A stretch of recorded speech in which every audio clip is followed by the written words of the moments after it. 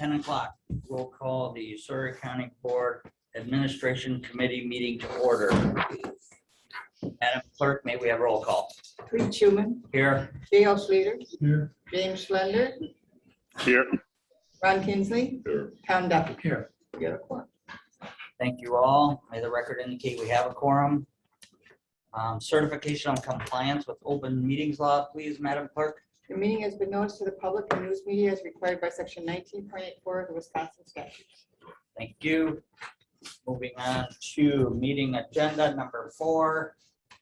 I do have, I would like approval to strike number 10. Item number 10, I didn't realize it was being discussed in finance. They made a decision, so I think we can, I would entertain a motion to approve the agenda, striking number 10. Mr. Schluter? Motion by Mr. Schluter, second by Mr. Duffy to approve the agenda with the deletion of number 10. Is there any further discussion?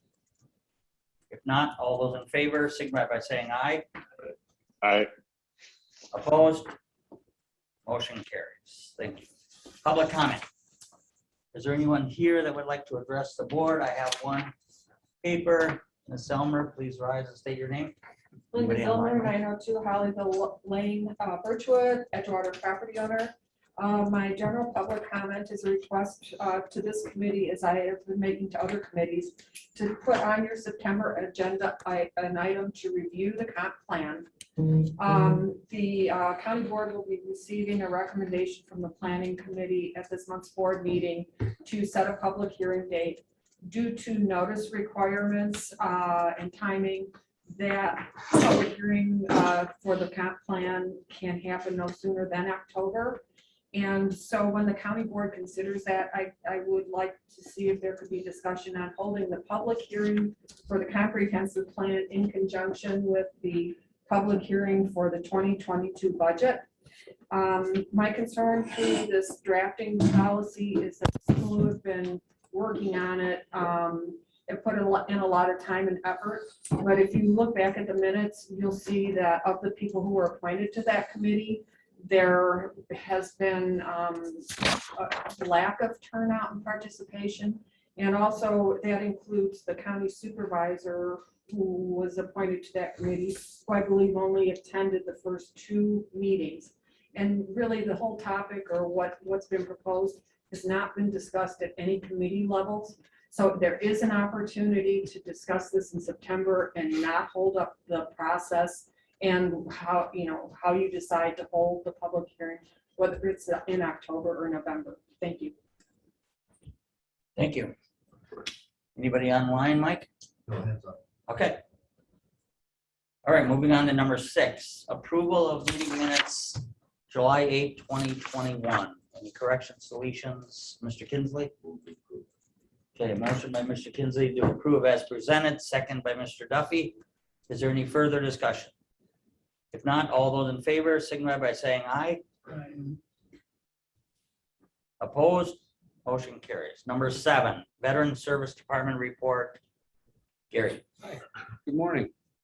So for July, we had 401 phone calls, 334 letters, 84 office visits. So our claims, we had 65 disability and pension claims to date, and we've received retroactive payment of a little over $302,000 for claims decided in the veterans' favor. Our training is up to date, and I've attached our annual report for last year. That pretty much wraps up the year. We have to wait this long to get the information from the federal government and state government. But if you go to the first page, it breaks down the disability and compensation and pension claims. I'm always telling you, like today, we just went over $302,000 in initial payment. If you look at item 1 in the year of review, for Sawyer County veterans, the total compensation that came in for all the veterans in just Sawyer County was a little over $7 million. So, and that's direct payment to the veteran. From there, further breaks down the medical care that we've got the veterans signed up for. It's a little over 9 million. Home loans, over 9 million.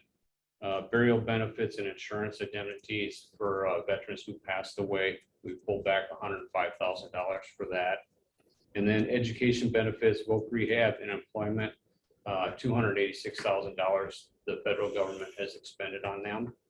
And the state, as far as Wisconsin Disabled Property Tax Credit, where the veteran pays their property taxes for their home and up to 1.5 acres of land. And they pay that property tax, then they turn around when they file their income tax, they file an addendum to the Department of Revenue for the state, and they retrieve that money back. So that's what you're seeing there for a little over 111,000. So the total benefit that we can count is a little over $26 million that we brought in to the county last year. So, and despite COVID, we increased from 2019 $4.9 million, almost broke 5. So for last year. But so that's what our mighty office does with our limited budget, which we'll talk about, I think, next month. Wow. So, and it further breaks down too. I mean, that's the money, but it goes down and tell you what else we do. You know, it doesn't cover everything. You know, as we go along back here, Perpetual Care right now, we had a little over $6,296. I asked you last year for an increase for this year's budget, for this year's budget to go up to 7, because I was afraid we're going to break the $7,000 that we budget for. And the Perpetual Care is basically for veterans' graves and their spouses, dependents in the cemeteries within Sawyer County. And we budget every year $4 per grave, you know, for the ones that when the family purchased the plot, they were not contracted for care for the plot, then the cemetery can ask for this stipend. Normally it goes through the clerk's office, but Sawyer County, for whatever means, this what I was told was, well, Gary, we know who the veterans are and who they aren't. And that's why the Veteran Service Office says, I don't have a problem with it. You know, I can verify either. But if you look in the state statutes, it's through the clerk is where it normally goes through. I usually funnel the notice through the clerk's office every year. And then these requests for stipend comes back to me. And right now it's active. It started July 1st and it drops August 31st. So they've got this window to apply. I've got one cemetery left to apply, and I know it's coming. She just hasn't got in. She's very elderly. She called me. We're set up. I just need her letter, and we can stamp it and pay it.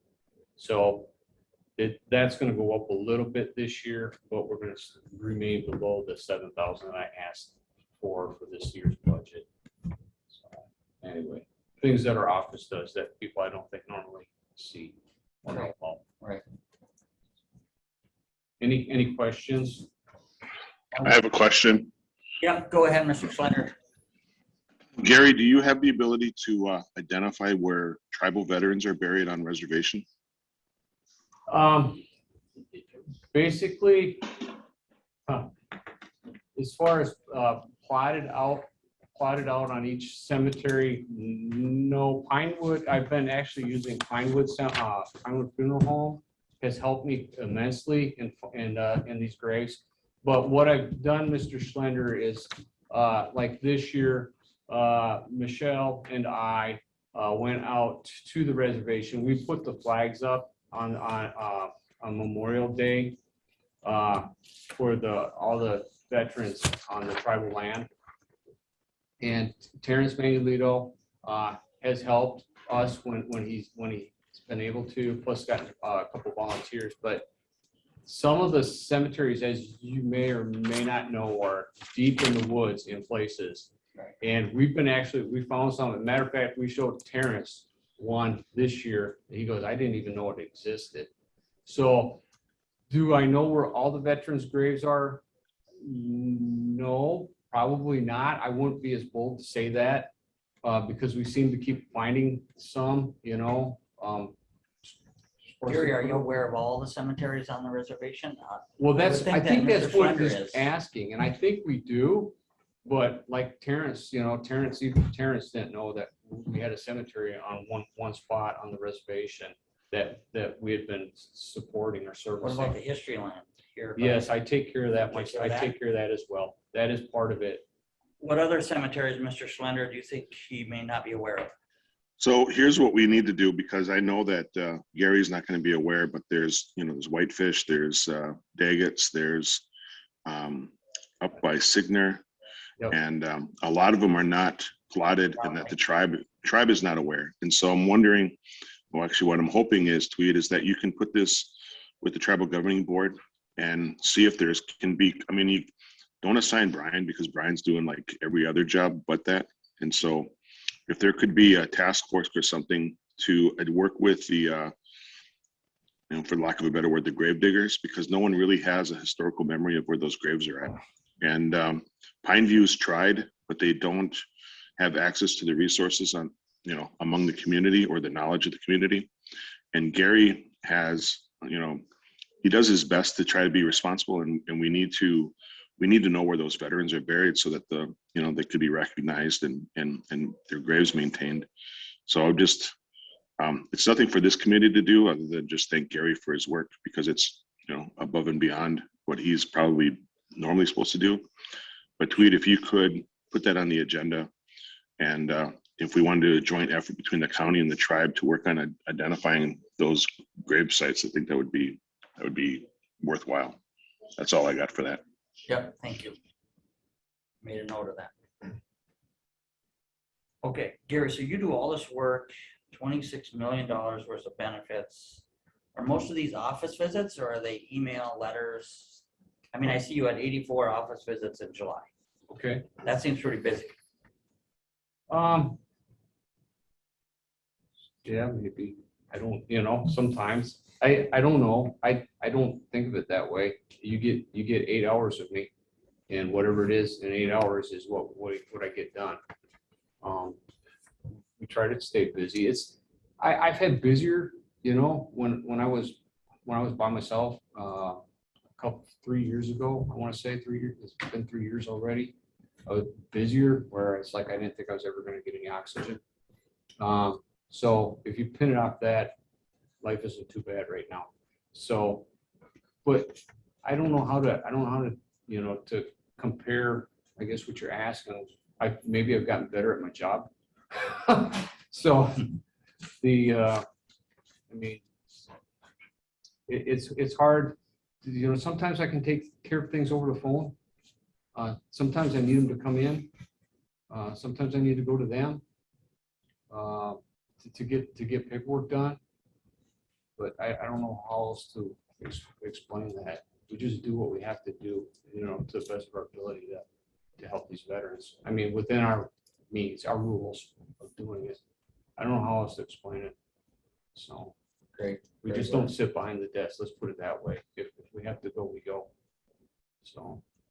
Gary, did you have input in the floor plan of the new courthouse and the renovation? I worked with Mr. Hoff. I haven't seen anything. Okay. The last contact I had over this whole conversation was one of the designers. Yeah, we were looking at this space and dividing it up into 2 offices and a waiting area type thing. And then there was some concern about storage space and talking about making sure that you had that. So, you know, that's the tentative plan now, is And if, a conference room, right, Tom? Wasn't there something they had access to?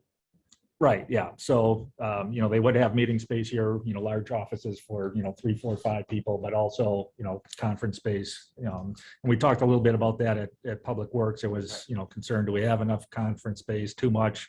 I don't think we can have too much because we, you know, this is our only room currently. We would have actually like 2 spaces at least for the, you know, when the plan comes through. But veteran services, if they move out of that building across the street, the tentative plan would be to structure their facility here within this space. And you have had discussions with the architects about. I have. your That was the needs. last conversation I had about any of that. Yeah. I'm waiting. You know, I give you my requirements, and we're trying to thin down right now. Years and years and years of just paperwork, just junk, basically, nothing tangible or ever be used again. We've been cleaning house, scanning, capturing all the important stuff. And where other offices or organizations, whether it's local, state, or federal, have that documentation, we have been getting rid of it. There is no reason for us to have some of this stuff, especially when it's 20, 30 years old. And so, it's being properly destroyed, and we're moving on to try to lower our footprint, if you will. We just, obviously, we don't have the room as a county for it. So. Thanks, Gary. Anything else for Gary? Did you have something? Can I make a comment? Yes. I would like to recognize Gary's office. His assistant, Michelle, researched. On her own, a project to bring a hunting trip to a disabled vet. And in October, Don Sheehan was granted that trip. and he is absolutely speechless about it. So Thank you for doing that. Thank you. Okay, anything else for Gary? Mr. Kinsley? Appreciate everything you do. Thank you very much. Yeah, thanks, Gary. All right, moving on then to number 8, information technology report. Mike? So, got my report in front of you. Nothing that demands immediate attention, other than we're trying to update some operations for better security, multi-factor authentication, which means that to try to access our systems, you'll have to answer text to your phone or something like that. That's coming up here very shortly. Otherwise, we're working with the jail. I mentioned the finance a little bit about their camera system is aging. Their door system is a little aging, so we'll be working with a couple of vendors on that.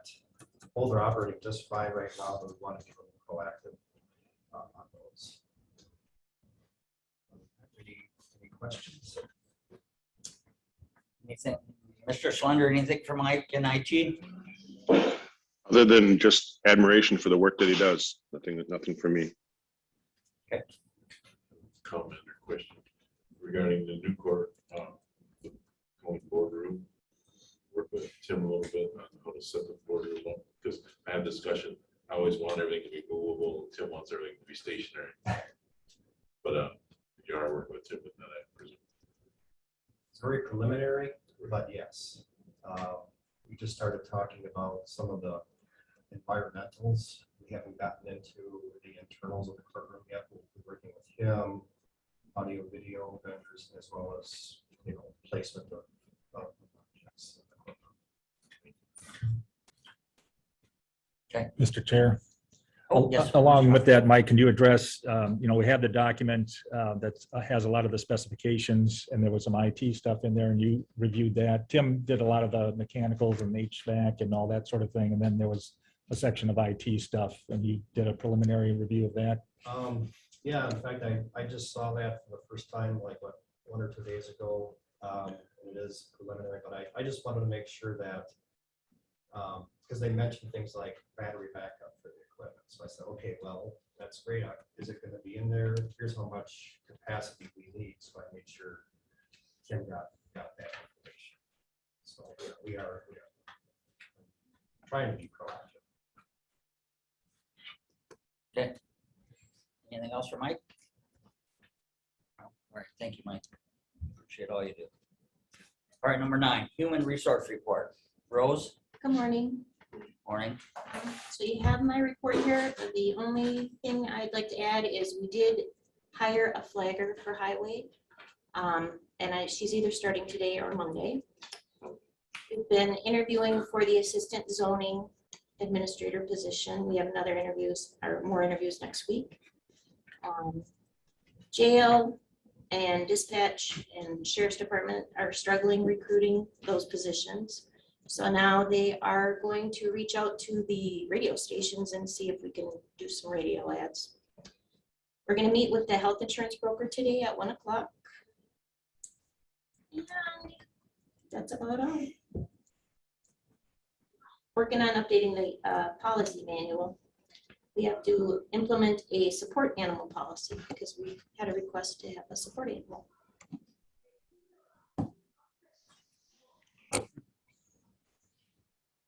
Any further questions? Yes, Mr. Hoff. Just to follow up on the work that Rose is doing, hiring people. We've had discussions in other committees as well about lack of applicants that we get, and it's, you know, the same story around the county that you see. Everyone's got help wanted signs. We've got the same issues where we used to get a lot of applicants for positions. We might get one or two applicants for some of these positions, especially those that, you know, need credentials like skilled nursing or some of those other social workers, those kinds of things. So, you know, we are not immune to, you know, the labor shortage here either. So we're struggling filling some positions as well.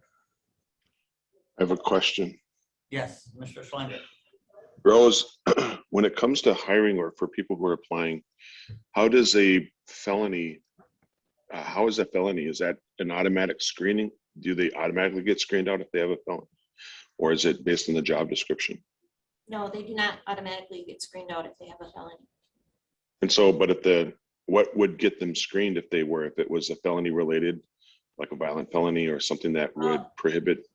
So say maybe they had a felony for embezzling money. We probably would not hire them into the treasurer's office or that type of thing.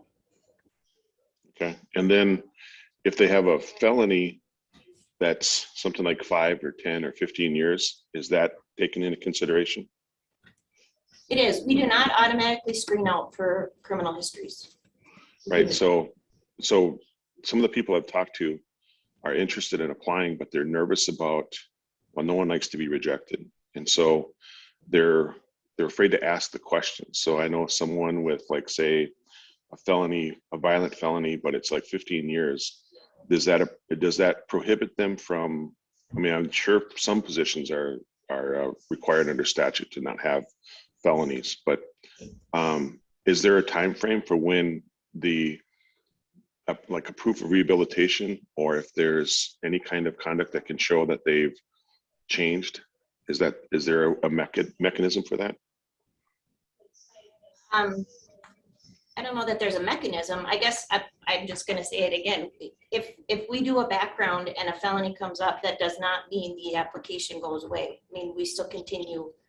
You know, the department head would decide if they want to do the interview, you know, that type of thing. So Okay. No. So when I say mechanism, I just want to make sure that if they can overcome, you know, because there's a stigma that comes with that. So if they're able to overcome the stigma and come in and participate, then they know that at least they have a fair chance to at least explain their conduct and show how they've changed from the time that the conviction to now. They have that opportunity. Yes. I mean, if they're selected for an interview, yes, they definitely would. Yep. Excellent. Thank you, Rose. Thank you. Follow-up comment on that too. I think the important thing is that the application that they submit has to contain that information. You know, felony, if it's on the application, we're going to find out. And if they lie on the application, that's a rejection. Yes. But it's not a rejection just to have a felony. All right. Okay. Thank you. Thank you, Mr. Hoff. Thank you, Mr. Slender. Anything else for Rose? No. Appreciate it, Rose. Thank you. Thank you. Have a good day. Yep. Okay, moving on to number 11, redistricting process. Yes. The structured timeline, tentative redistricting calendar. Madam Clerk. Yes, we have received a rough outline from WCA on developing our timeline, which ours is presented to you there, which is too small to read here. Brian and I have reviewed this. This has been set forth in front of legal. They're in feeling that we are covering all of our bases. We start with our process. Hopefully our census data will be here next week, and Brian can talk a little bit about that. He's got to redraw the maps. The public notice for a public hearing has to take place to develop or approve the tentative plan before we can send that tentative plan out to the municipalities. The municipalities have to approve that or send their changes back to us. Then we have to hold a final hearing to adopt the final plan. So what we're doing is moving our county public hearings into the board meetings of September and November. So they're going to be merged right in at the top of the board meeting. Lynn, do we have to have 2 meetings prior to the final meeting or 2 including the To final? including the final. Okay. Yes, so September and November. Got it. And then September, the end of September, October is when the clerks are reviewing, the townships are reviewing our suggested redrawn maps. I have been reviewing about 2,000 addresses in the Wisconsin election system because we have to have those adjusted. When they did an update, all the pins, push pins on the locations got pushed out. So I've got to move all those pins back. So that's going to take a little bit of work. But the plan today is hopefully this group here can approve a tentative list of district supervisors. So Brian, who's going to be our map drawer, can draw those maps to send out. So the tentative plan is at this point, before legal, they suggested perhaps this group consider 15, remaining at the 15 number for districts, so Brian could move forward. And Brian, would you like to speak on the map drawing process? Yeah, so we've been waiting for the census data to drop. It's been pushed back, so that's kind of why this is such a funky schedule now. We got word that it's dropping today. There's going to be a meeting at like noon that the census has like a press conference at noon. So I'll see what they have to say. We'll get our hands on that data, and then we can start looking at the software. We've been talking in like theoreticals up until now, because unless we have this data, we can't see it, so we can't, until we do it and work on it, we can't tell how things are going to work out. But when it comes to number of districts, we can create a number of models, and part of that being, how many supervisory districts do we have? We create districts that contain equal amounts of people throughout the county. Comes down to about 1,000 people per supervisory district. We could make modifications and have less supervisors or more supervisors. So I guess with this tighter timeline this year, we don't have as much time to just kind of create every map possibility. We kind of need to, streamline that, create some maps, agree on one, and move on. So if we know how many supervisory districts we want to create, that at least constrains us to that. Second by Mr. Kinsley. Make a motion to have 15 supervisors. Mr. Schrader. Second. I got a motion by Mr. Kinsley, second by Mr. Schrader to continue at 15 supervisor and districts within our county. Is there any further discussion? Brian, do you want to add on what you're talking about? No, that's about it. Like I said, we're gonna hear about the data today. There's a online program that's set up. I can do my work in that. I can export my data back out to create maps that, we can all see it. So. Yeah, I'd appreciate that. Yeah. Part of that process is we have all these formulas that we have to do as far as diversity, et cetera. So that's all I understand that within your software Yeah. capabilities. Yep. So we'll get that out. Start looking at it. Mr. Schlender, did you have anything to add? We're in discussion. The only real question I guess would have is, what's the criteria for determining a supervisory district? Is it based on population or demographics, or is it based on geographic? I guess that would be the only thing I would ask. And I support the idea of 15. 15 works. The only thing, I guess, if that is with the chair being a non-voting, you always have the potential for a tie, but that really has not been an issue with this in the years that I've been on the board. Those are the only 2 points I have. Do you have, Lynn, was there like a list of like 3 or 4 like considerations? Wasn't there? There's a link in for the part 1 of this whole plan in our packet here. But there's a lot of different criteria as far as right now what we're thinking of is how many wards are split. If there's any existing wards are split, that's primarily what we have to look at, correct? If we keep our 15 districts, we primarily keep the same rough drawn lines. Is that correct, Brian? In 2010, it changed. Or You did know? it change quite a bit? Oh, yeah, it'll change. The criteria is, comes down to population amounts and just geographic continuity. We have to be able to come up with a description for this.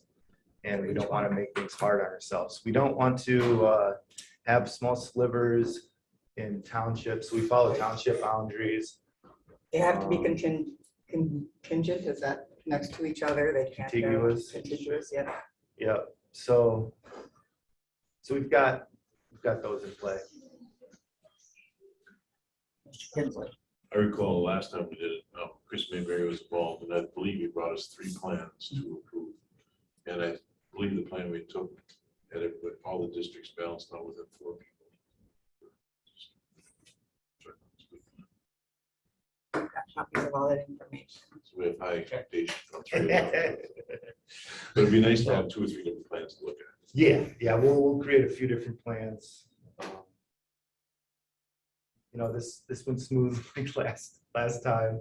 I assume it will this time. We've got a tighter timeline, but I think we can get the maps out just fine. It's just the reporting, The notices. the notices and the meetings. As long as we can keep that up and get through the approval process. You have to keep the town involved so they Yeah. can get it back. Yeah, because so the towns have the ability to draw their own wards. Last time we kind of drew their wards and had them approve them. I see that happening this time as well.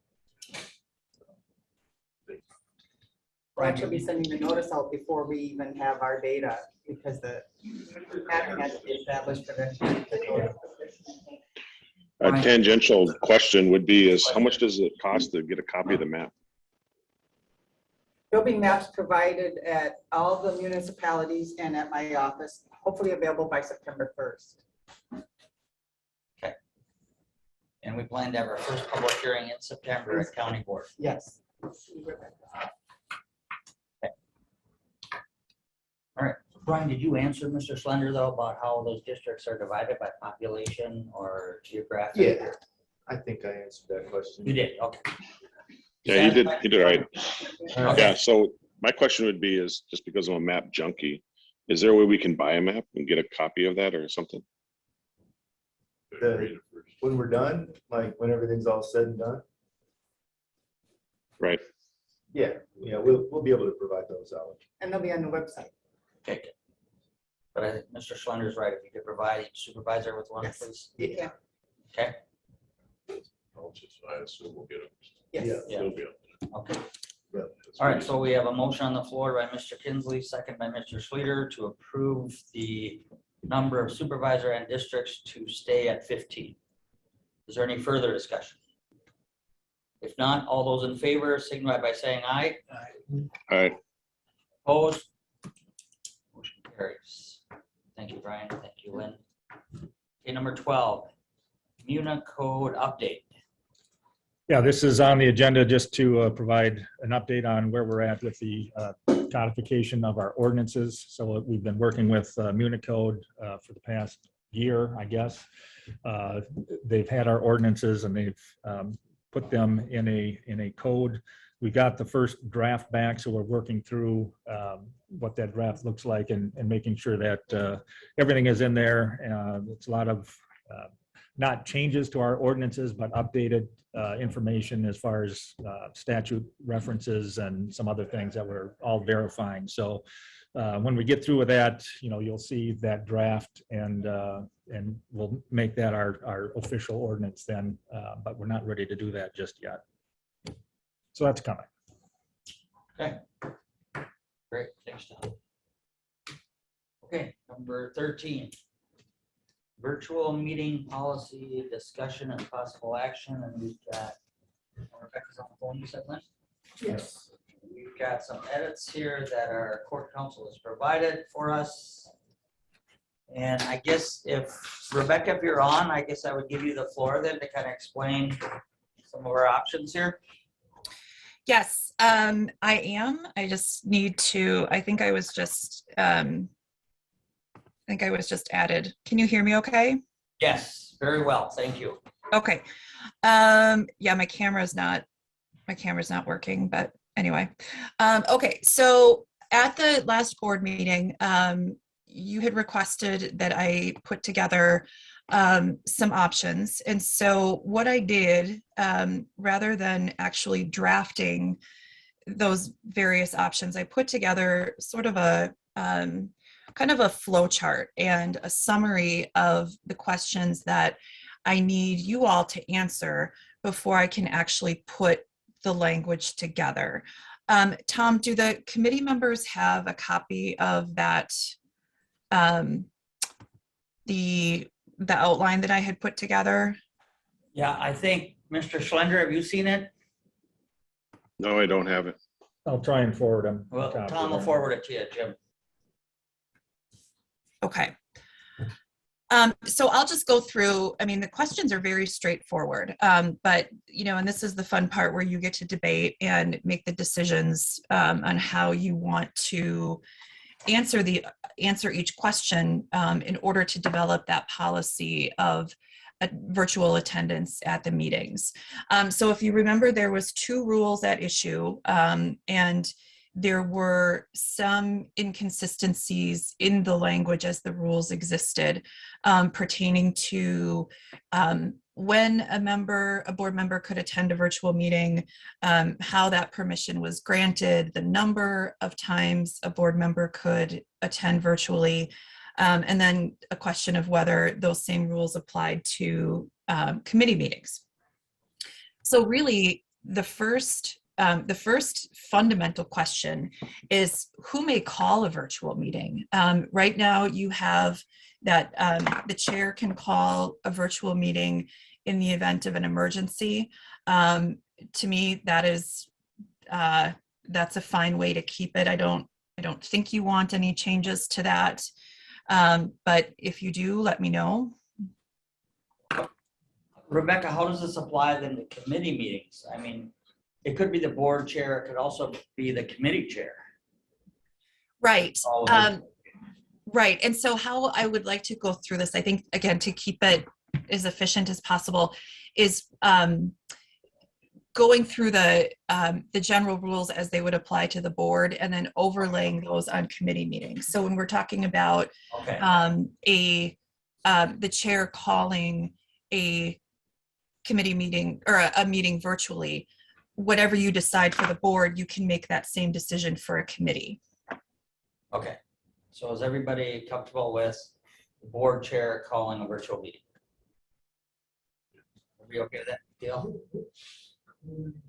Meaning the board chair has the ability to call for a virtual meeting.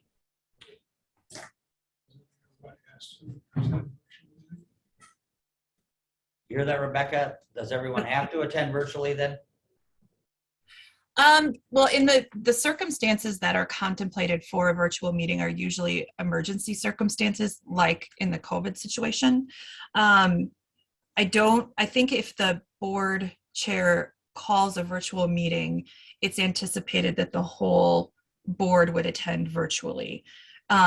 If you wanted it to be partial, where some members can attend in person and some members can attend virtually, you could structure it that way. Otherwise, the next question is whether, if a quorum needs to be physically present to allow for virtual attendance. And so if you wanted the ability to call a virtual meeting, but then have some folks attend in person, you could kind of fuse those 2 together. Easiest way to do it is the chair can call a virtual meeting and the chair can decide whether people can attend in person. Again, thinking back to the extreme example of COVID, in those situations, people couldn't attend in person, I don't think, because of, building security or the clerk not being available or, literally the courthouse not being open. So, as chair, he or she could set forth those terms when calling that virtual meeting. Question for Rebecca. Yeah, Mr. Kinsley, go ahead, just fire away. Rebecca, this is Ron Kinsley. Question regarding, can the chair call the meeting without having a certain number of board members saying, yes, we should have a special meeting? And you have to remember, we live in a rural area and not all of us can have a virtual meeting. Mhm. Yeah, so I think one way to handle those concerns would be that the board can call, or I'm sorry, the chair can call a virtual meeting, in special circumstances. So like a COVID situation, and kind of classify or more carefully define when you can have a virtual meeting.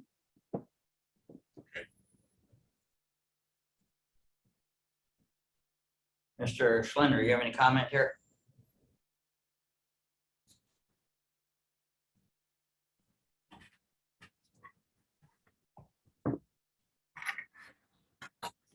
Sorry, yeah, just a little, I've deferred to probably save my comments as we go through. I just agree that a board chair should be able to call it. We should make sure that we include board/committee chair, because there's committees that may need to be called virtually, and the chair should have the authority to be able to call a committee chair should have the ability to call a virtual meeting. And then having a physically present quorum, I think that's going to be confusing, because I think if you have the ability to participate and vote, that should qualify as a quorum. And then the rest I'll just reserve as we go through I don't want to muddy this discussion.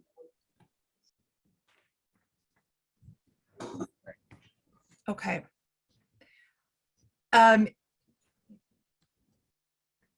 Perhaps I can give you a little bit more clarification in terms of big picture of all the questions that we're going to answer, because obviously you guys are doing a good job of anticipating those other issues.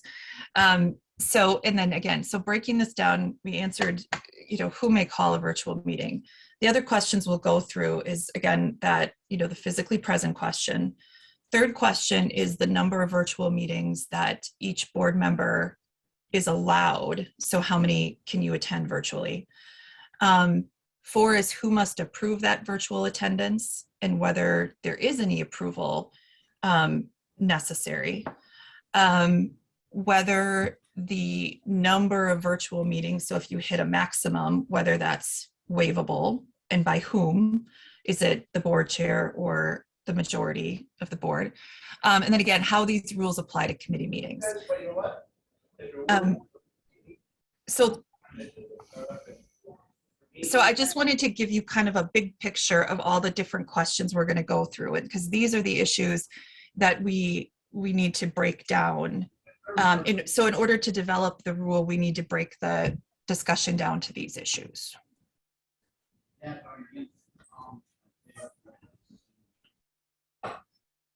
Well, I liked, Rebecca, I like the quote under committee meetings, that paragraph 3B, where it says a committee chair, we could say the board chair may authorize the meeting to be held through a virtual meeting platform.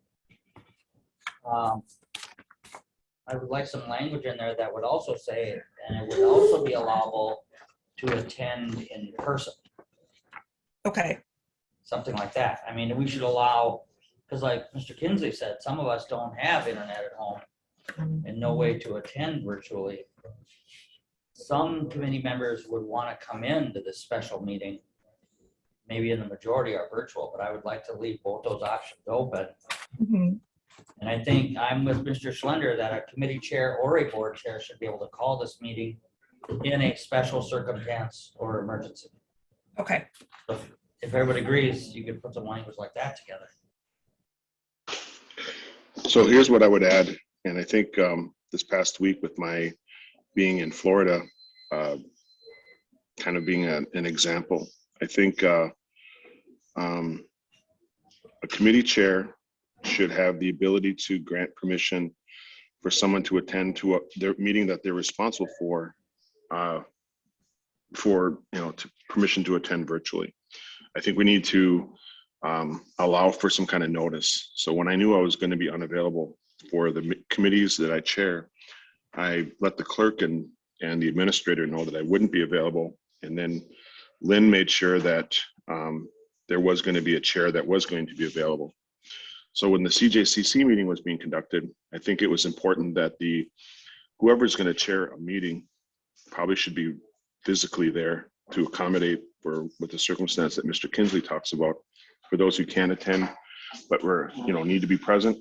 I think there should be a provision or language that says the chair will be that you don't have the ability to chair virtually unless everyone is virtual. Just because there's the conduct of the meeting needs to be controlled. Whoever's chairing it can handle public comment, timing, and all that. And that if there's in the instance where we were both chairs for the CJC were late, you could do a chair pro tem just so that the conduct of the meeting can be conducted. And then, so that's a lot. So here's what I would offer. And then Rebecca, you can kind of incorporate this as you go forward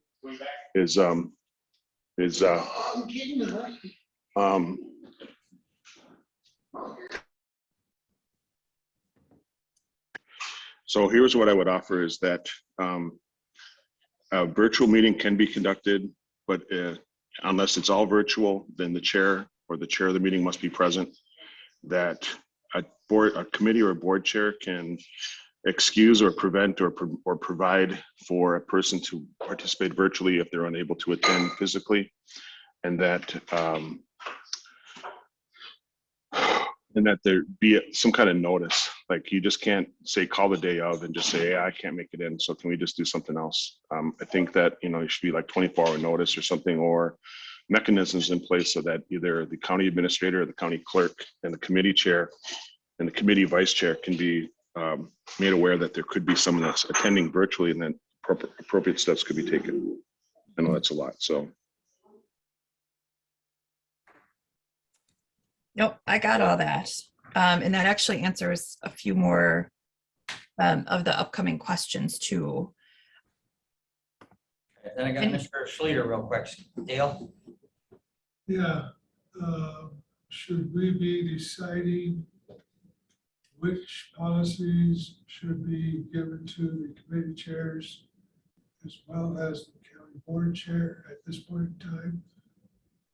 Because we're going to see a checkerboard effect when it comes to the full board doing what I believe Rebecca called what was the term she used? If it's important, when it's ready, Oh, yeah. that would be all at once. That might be easier to accomplish. If we Yeah, I agree. had some committees that had already done it, and some committees that hadn't.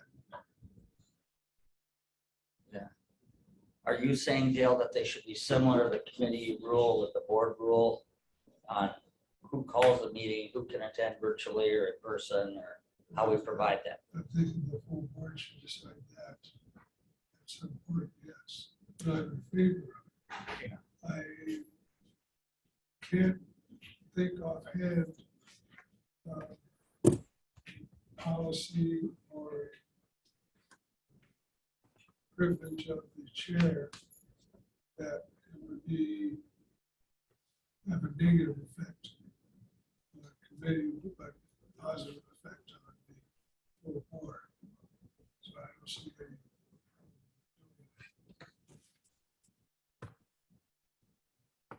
Okay, you getting all that, Rebecca? Essentially that the rules as they apply to the board chair are also going to apply to the committee chair and committee meetings for virtual attendance. I want notice. How much notice has to be given to call? Okay. Mr. Duffy wants to know how much notice should be provided to the board chair or committee chair regarding the attendance? 24 hour? I heard Jim say 24-hour. Yep, and I believe that's what you have now for absences. It has to be a 24-hour notice. And I think you have language in there that is, unless an emergency exists. So obviously if a family emergency or some other health emergency happens, you're not going to potentially know within 24 hours. So there is an exception for those emergency circumstances. Did you have more, Dale? No, I was That's trying it? to Okay. make certain that you can't get 24-hour notice. You'll know that you're gonna be- Okay, all right. Everybody in agreement then with that? You can come up with some language there then, Rebecca? Yep. I think Jim and, Okay, so then the next question is whether you want to put a maximum number of meetings for virtual attendance. So right now, I think the temporary or the rule is 3. But again, there was some dialogue at the board meeting of, what if it's more than 3? How is 3 calculated? Is it per calendar year? Is it, how are we going to calculate that? So your first question then is how many meetings do you want to allow virtually attendance? what if we said at the discretion of the board chair or committee chair? So no maximum number, I don't just know, I'm just throwing that out to you guys. I have a, Go ahead, Jim. okay, sorry, this sucks and I apologize again.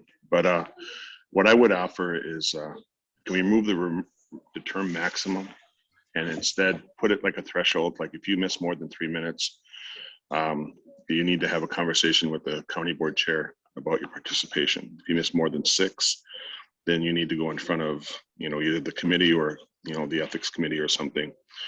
And if you miss more than 9, then some kind of hearing should be conveyed where there's a decision on whether or not that person can remain on the board. I think if we put a cap on there, we're already prejudging a circumstance.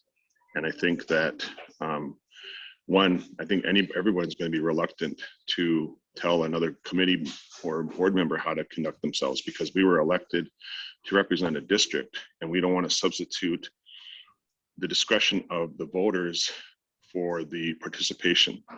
Instead, I think we have a responsibility to remind, each other, our colleagues, what our responsibilities are. And I would feel more comfortable if we had that kind of language rather than just saying, you got 3 and then that's maximum. Because then we don't have a sanction on it. We don't have a procedure on it. We don't have a method. And I think that's just dated language. So that would be it for my input.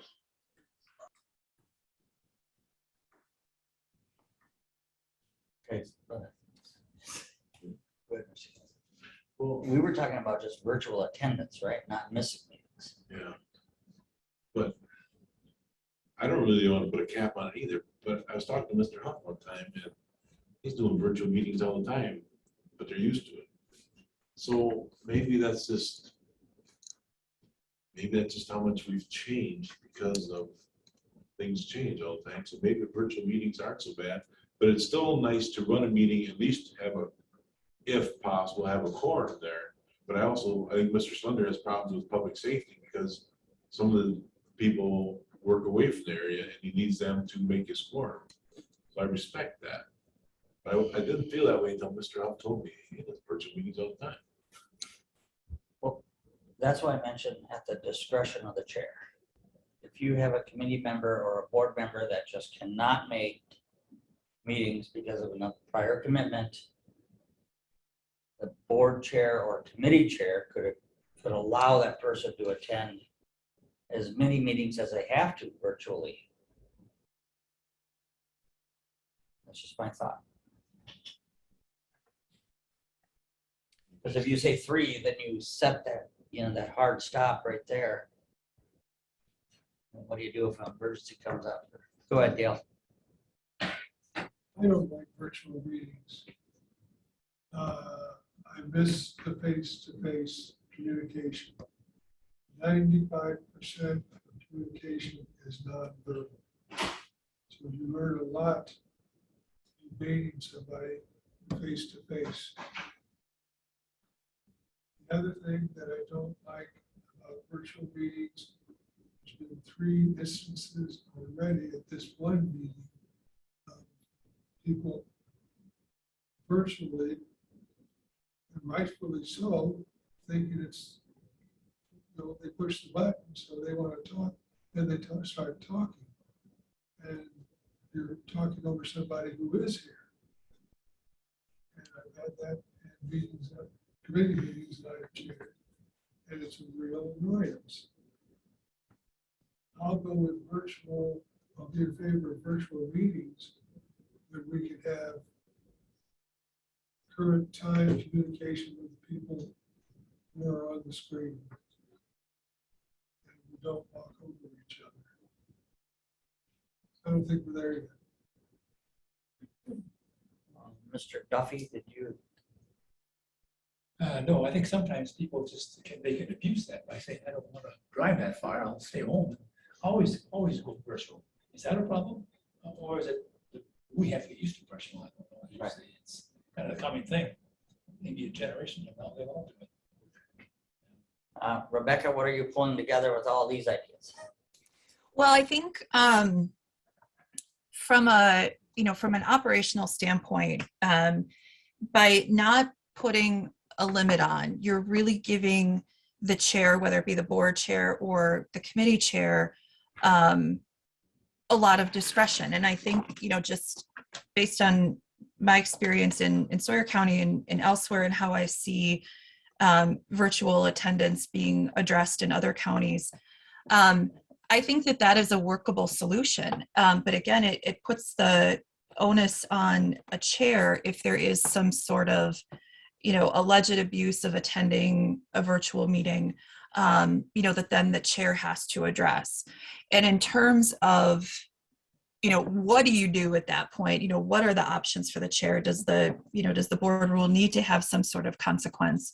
I think that's where your ethics committee comes in, because the ethics committee is really, the intent of the ethics committee is to be the sounding board for, any sort of alleged, mishaps on the part of a board supervisor. So if there is an allegation that a board member is abusing his or her right to attend virtually, and the chair can't come up with a workable solution, or there's some issue there, then I think the ethics committee is the appropriate body to resolve that issue, just like it would resolve, any other issue that would potentially come up in the board rules.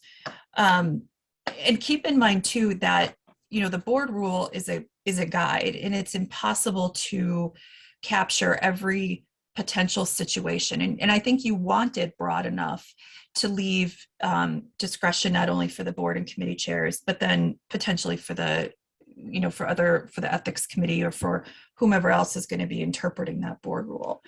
So if you're not inclined to have a maximum, which I think, is fine, then just allow the virtual attendance is pursuant to the chair discretion, every time there is virtual attendance. And then if the chair feels that is being abused, or a meeting can't be run effectively for whatever reason, then it's the chair's obligation to talk to that board member and try to come up with a solution that way. Mr. Chairman. Yes, sir.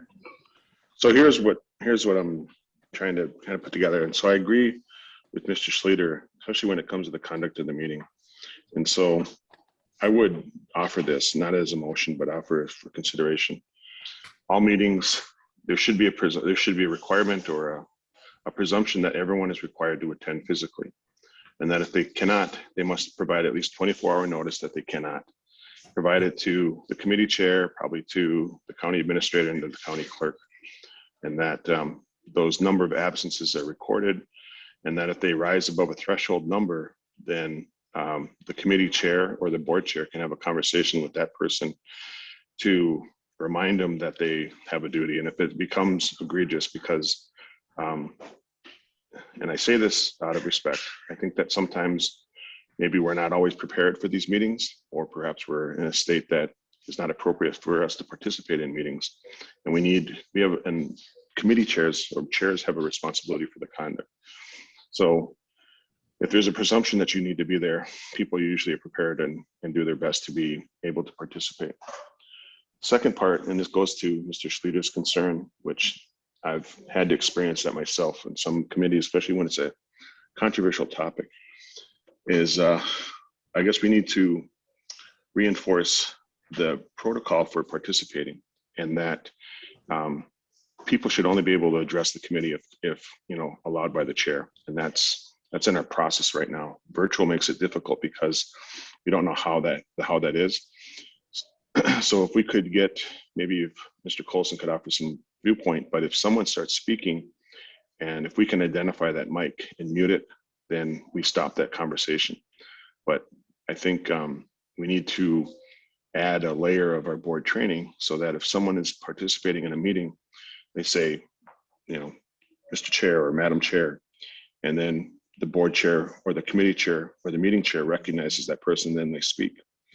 We do that when we do public comment. We hold them to 3 minutes, and the chair invites the conversation, vice chair records the time, and then we try to move the meeting forward.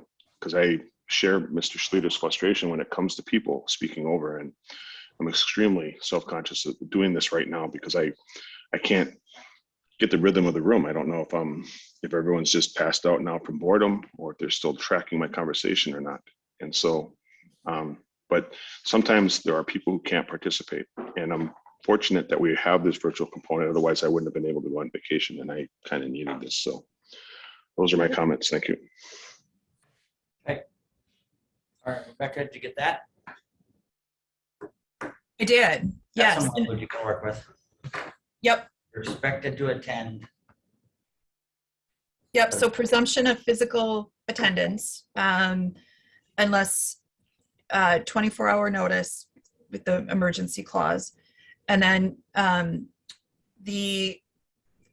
any virtual attendance must still comply with board rules in terms of decorum, preparation, and the process of waiting to speak until the board chair or the committee chair recognizes the speaker. And I think Mr. Schlender is right that if Mr. Colson can offer some options or some insight onto the process to make that work smoother, that's a good way to look at just the IT components of the virtual attendance. Mr. Kinsley. We're looking. No, just let Mr. Colson see if he wants to comment or not. I guess we do have the ability to mute somebody, although I would be very uncomfortable doing that without your permission, or at least having some very clear guidelines on when to do that.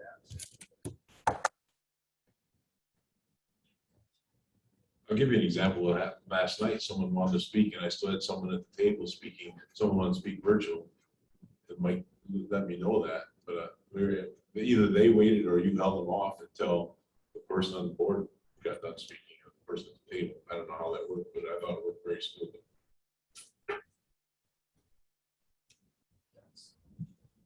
Except it's hard at the full county board meeting, because if I had Mike within eyesight or Alex, they're up here, I can't always tell if there's someone with their hand up. So that is difficult, but We can work on that. yeah, we can work on that. Yeah. But I know, Rebecca, I think you have some language now to work with, and I think that would satisfy Mr. Schluter. I think so. No? We expect you to attend in person unless there's notice given and you contact someone 24 hours ahead. Okay? Okay. Yep.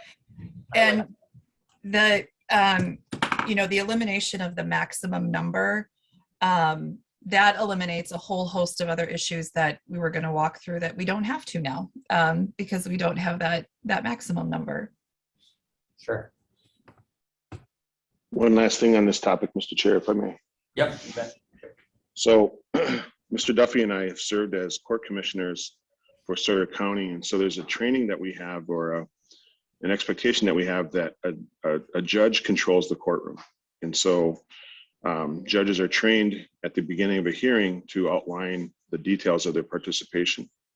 If could be a training for the board members so that they know that if they have to chair a meeting, they have the ability to give instructions on, on the onset. They could say something like, all right, we have this, we're calling this meeting to order.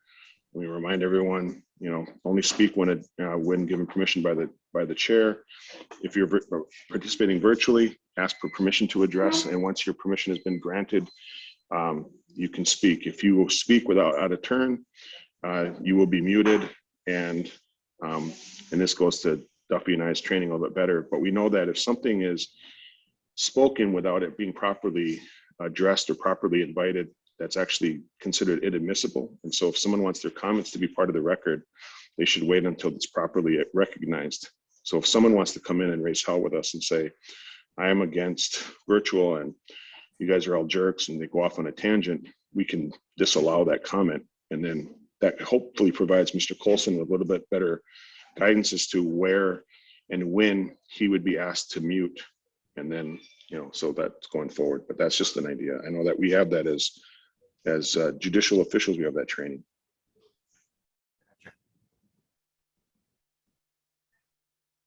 Okay. Can we move on then, Rebecca? I think so. All right. Thank you, guys. We should have this on the agenda again next month, the review of the changes. I think so. I agree. Yep, we'll get you, Linda, in a second.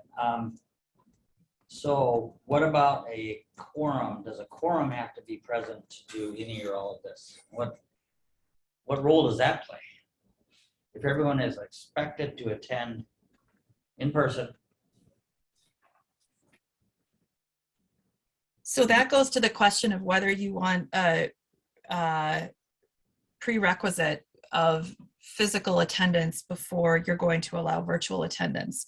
I think that's difficult now, though, if, given where we're at now is the chair can approve virtual attendance, within 24 hours. You're not going to know if there's exactly going to be a physical quorum. So I think that the physical quorum component makes things much more difficult, in terms of when you supervisors having an understanding of when and how they can attend virtually. There's more uncertainty if you have that physical quorum requirement. On the flip side of that, though, is obviously Mr. Schlueter's concern, and well said and well taken, I think, by others, that, that physical presence is important. So the question becomes whether you want to have a physical presence, a physical quorum, as a prerequisite to any virtual attendance.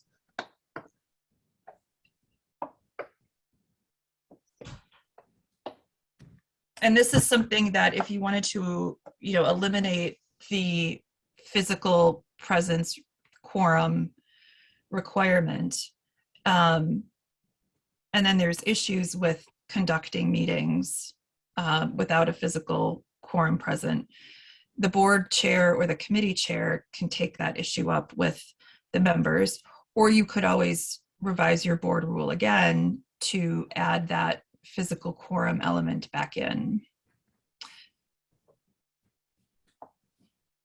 Any thoughts on quorum being present? Mr. Chairman? Yes, sir. Jim? So I think that, we should have a requirement that unless a committee meeting has been noticed to the public, that it, with the 24-hour notice that it's virtual, then the chair of that meeting has to be there. And if you're going to require a chair of a meeting to be there, there should at least be a quorum present, physically present, for that meeting to be conducted. And then if it can't be conducted, then it'd be rescheduled for virtual or for whatever reason.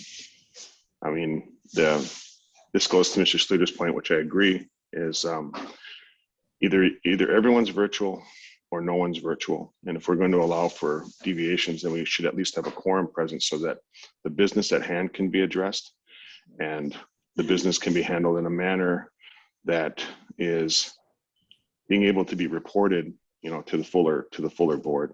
And so my example would be this. So as if I'm chairing a public safety meeting and I'm the only one that shows up, and I conduct the meeting and I have people virtual and, jumping in with comments and whatnot, and it's just me, Ms. Fitch and Mr. Hoff, there's no way for us to really tell if the business is being handled or not, or being respected. I mean, I can get the motions and do my report, but I wouldn't feel comfortable as a committee chair making a full report to the board on the conduct of the meeting. So as a chair, I would want, if I'm going to be there, then I need at least 2 other committee members to be present so that we can have some kind of semblance of the business being handled in an orderly fashion. And then if I don't have a quorum, but everyone wants to do virtual, then we need to reschedule for a virtual meeting, with 24-hour notice so that the public knows how to participate and how the committee can participate. And if that becomes too common, then that definitely needs to be re-examined by the ethics board, because, we have a presumption that we're going to make our best efforts to be present. And if it was up to me, I would be there, but no one wanted to pay for my airline ticket to come back from where I'm at to be at this meeting. So some exceptions should exist. So I would offer a meeting, the chair must be present, and even if it's a pro tem chair, and that a quorum be present for the meeting to be conducted, unless it's noticed as a virtual meeting, and then that requirement for physical, in person be waived. That concludes my comments. Yep, thanks, Chair. Okay, guys, what do you think? Dale? Has the state weighed in on this issue? Rebecca, has the state weighed in on this? Sorry, now. Will be present. Only to the extent that there is case law that predates COVID, I think is an important note, stating that a board rule should be specific in allowing remote attendance. So that law, predates Zoom capabilities and, this world as we know it now. So we may see other case law coming down the road. There hasn't been any other guidance, in terms of statutory guidance. From WCA's standpoint, we advise that there should be a board rule in place in order to allow virtual attendance. And then, the elements that you're fleshing out today is what we encourage all counties to do to, flush out at that level in order to meet the individual county's needs.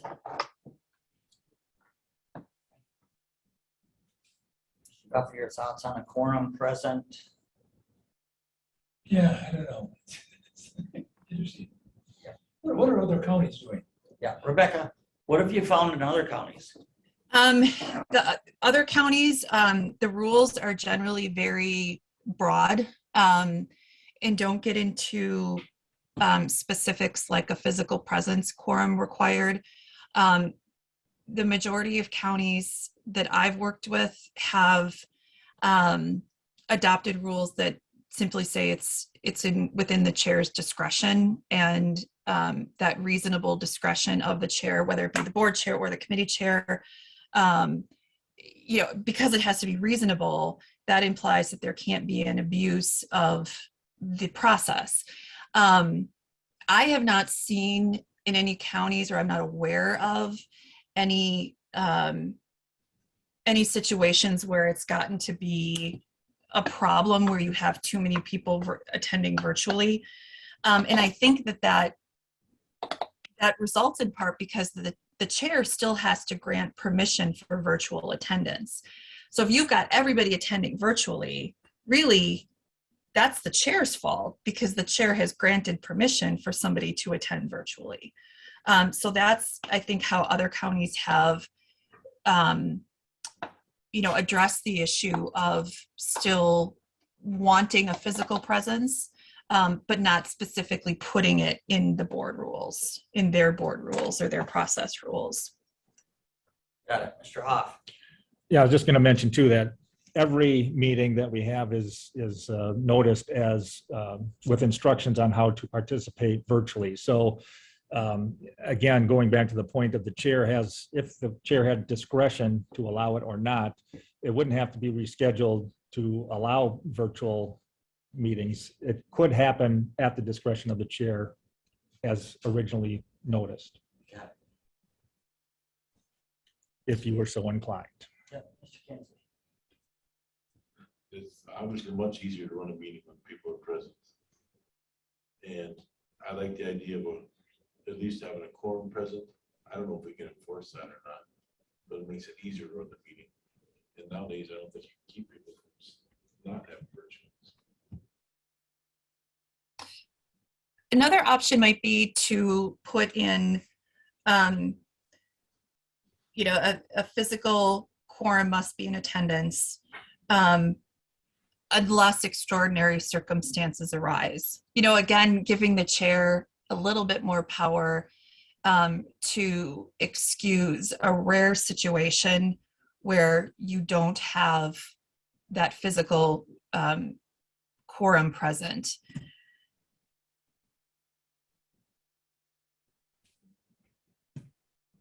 And again, I think that hopefully you would never get to that, excuse me, get to that point, because the chair has to approve the virtual attendance anyway. So for example, if you have a committee member, or if you have a committee with 5 members and 4 of them ask for virtual attendance, the chair is going to have to grant that permission to each of those in order to have that resulting situation where you have nobody show up except the chair. So I think just from a sake of, you know, for the sake of straightforward rule that can be, you know, interpreted in different situations, but yet still focusing on that goal of physical presence, we capture that by saying, you know, a physical presence or physical quorum is required unless there is extraordinary circumstances within the chair's discretion.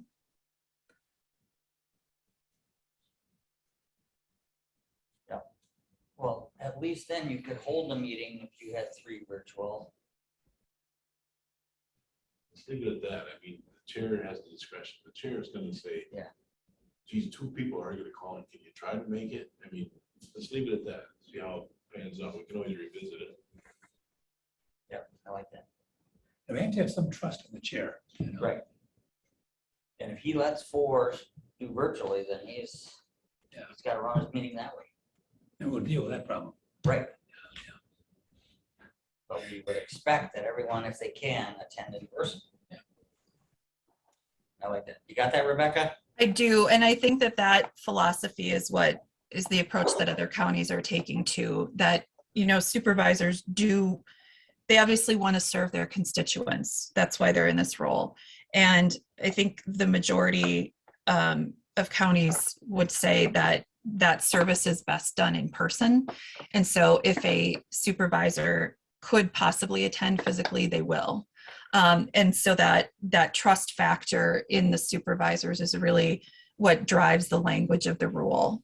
So I think that we can, you know, we can capture that in this rule and still focus on, you know, and still have that acknowledgement of the goal of having people there in person. Yep. Okay. Yep. And I agree with Mr. Kinsley that we need to bring it back here one more time with your language so we can approve it. Got it. I go with Ms. Selmer. She did request to speak during this agenda item. Linda, can you come say your name, please? Linda Zolmer, 902 Holly Hill Lane, Birchwood, Wisconsin, Edgewater property owner. I so appreciate the discussion that you're having today and the thoughtful approach in how you're moving forward with this, and having council online to help make it more efficient. Sawyer County is really lucky to have the personnel and the resources that have adapted really well to the online virtual. But a couple of things that I would ask you to consider is there are meetings and there are meetings. Committee meetings and board meetings do require the deliberation, the reading the body language, and often looking at exhibits or information in order to make informed decisions. So you're taking actions. That is probably best done in person. In virtual, there is something missing from that. One thing that I've raised and I think might have been in zoning is that when there has been virtual participation, supervisors may be actually working a job, and I would like that addressed that if you are going to be participating virtually, that you are, even though you're not physically present, your attention is present and you're committed to that committee or board meeting and not doing something else. And my written public comment is to address public hearings versus separately from meetings. So I think in the last 2 meetings, there are 3 public hearings coming up, 1 for redistrict or 2 for redistricting, the comprehensive plan public hearing, and then there will be a budget public hearing. Those I think are elevated above a meeting level, but more, I guess my immediate concern are the zoning public hearings, because there is a lot of public testimony from applicants and affected other parties. There are exhibits shown on the screen, and it does not come across the same virtually. And those decisions made by the zoning committee are then appealable either to the Board of Appeals or to Circuit Court.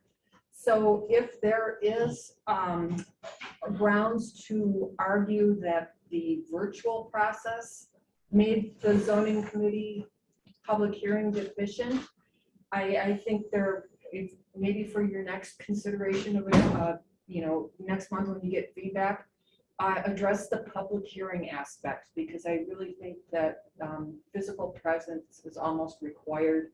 And in addition, you can't be working your job while being on the hearing. Thank you. Thank you. Okay, Rebecca, did we addressed everything then, or what are we? Yeah, and I think too, one other thing that I think I mentioned before, but it's worth mentioning, that having a statement that virtual attendance requires the same decorum and abiding by the board rules. And so if you had a member sitting in person who was doing something else on their phone, leaving the meeting without permission, things of that nature, that would be a violation of your decorum rules. The same applies to the virtual meetings. And so I think Ms. Zilmer's point is a good one. If, there's a clear illustration that somebody is not listening or doing something else or whatnot, I would argue that is, the chair can address that as a violation of the board rules and the rules of decorum. And I think, if that message is really conveyed in the board rules and, at the board when this is discussed, that, hey, just because you're virtual does not mean that you're held to a different standard of conduct. You are still expected to be prepared. You're still expected to pay attention, participate, things of that nature. And I think the way that other counties have tackled this is giving the supervisors the benefit of the doubt. And, once you put that out there that, hey, you have rules of decorum that you have to comply with, people are put on notice, and they will comply with that. So again, just in summary, I will make sure that I add something regarding virtual attendance still requires compliance with the board rules and the rules of decorum. And then I think we're all in agreement, Rebecca, that this would apply also to committee meetings. Yes, I Yeah. think it works best to have this rule apply across the board. Yeah. Ms. Zilmer touched on, kind of the unique natures of the zoning committee. And, there are deviations from the board rules in the zoning committee bylaws. And so I think that is potentially an issue that you may want to look at, probably not today. But there certainly are there's differences between the zoning meetings and other meetings because of the level of evidence taken and the due process issues that come into play that may require different standards, if you will, than the board or the other committee meetings. Okay. Anything else? Mr. Schlender, you have anything else? Otherwise, we're gonna bring this back. on No comments. No comment. Guys? Deal. Yeah, I don't agree that this should apply to the number of people that make it over. Okay. Okay, so we'll- Especially for what Becca was just saying about some committees already have. Staff.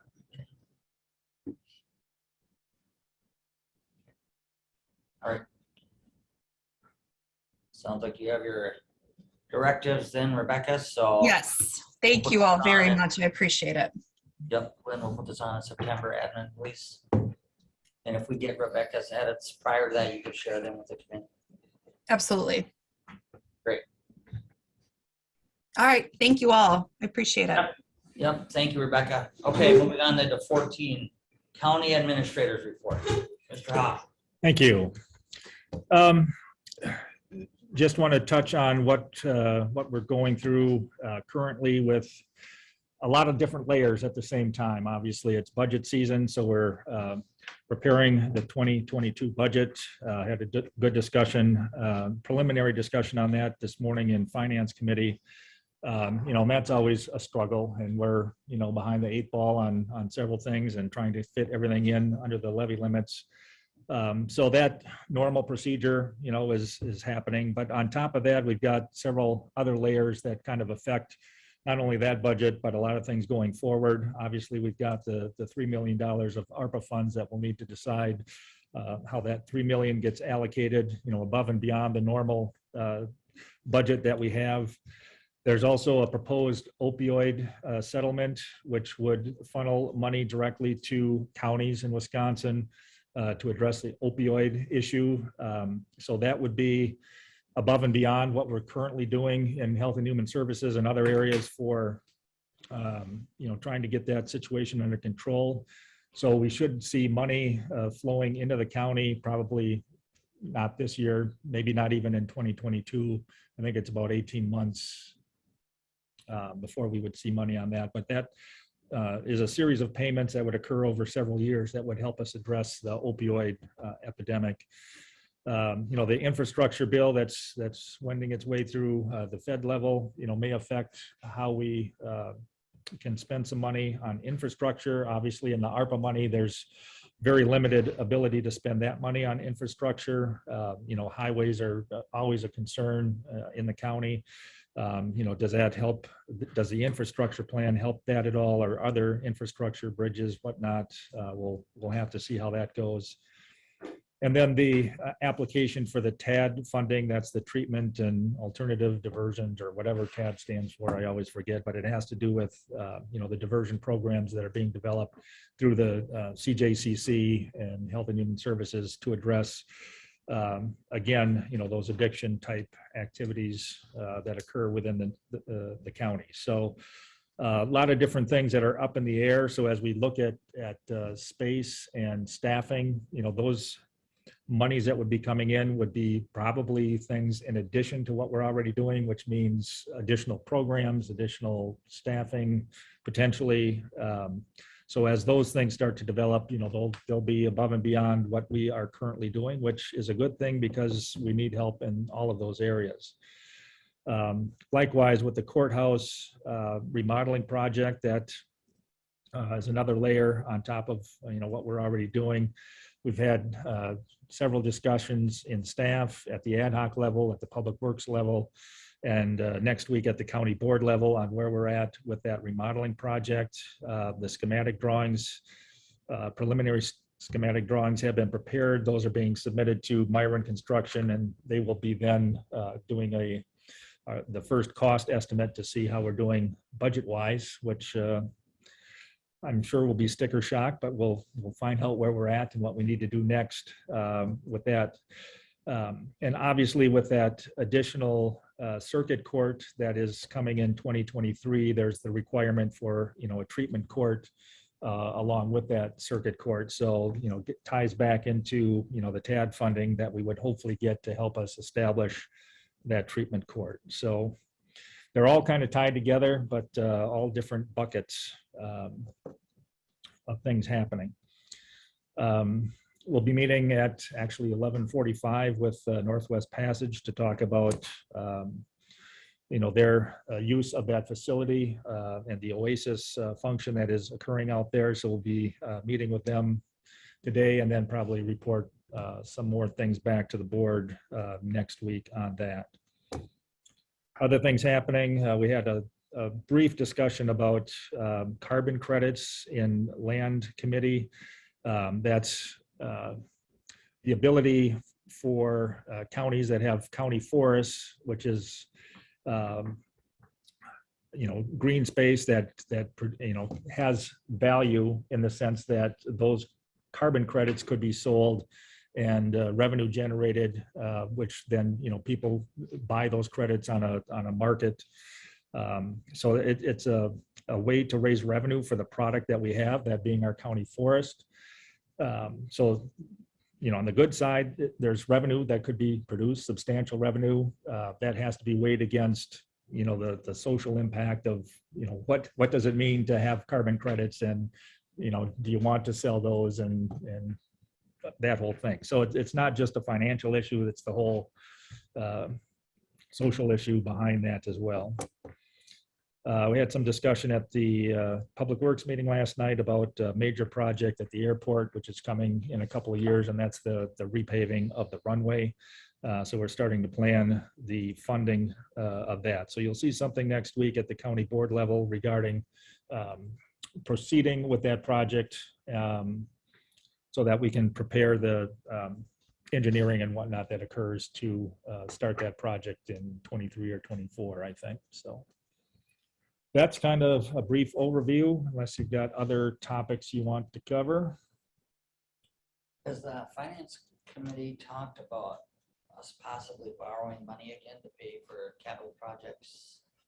Yeah, that is in the capital plan, as we discussed last year, and we'll be doing the same type of thing this year, and that is doing short-term borrowing for some of the capital items, in addition to the major renovation of the courthouse, which would be a bonding issue that we would do probably early next year, and then the debt service on that would happen the first time in 23.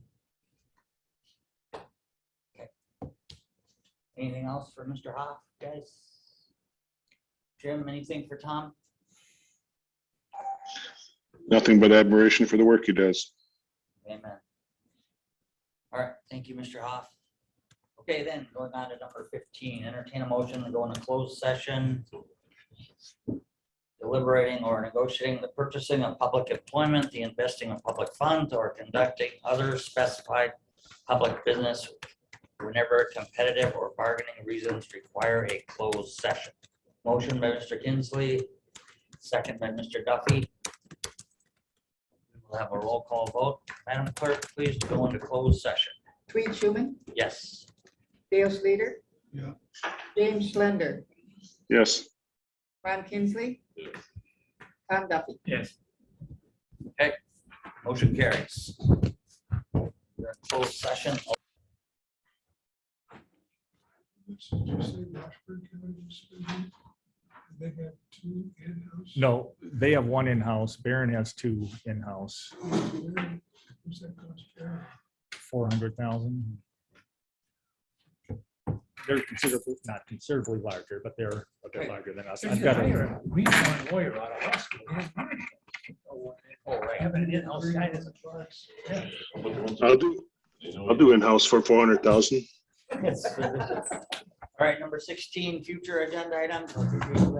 I've got to get on a call. Yep, I know. Thank you, Mr. Howe. We've got those things. Anything else? Edits to our board rules coming back. You have anything, Mr. Kinsley?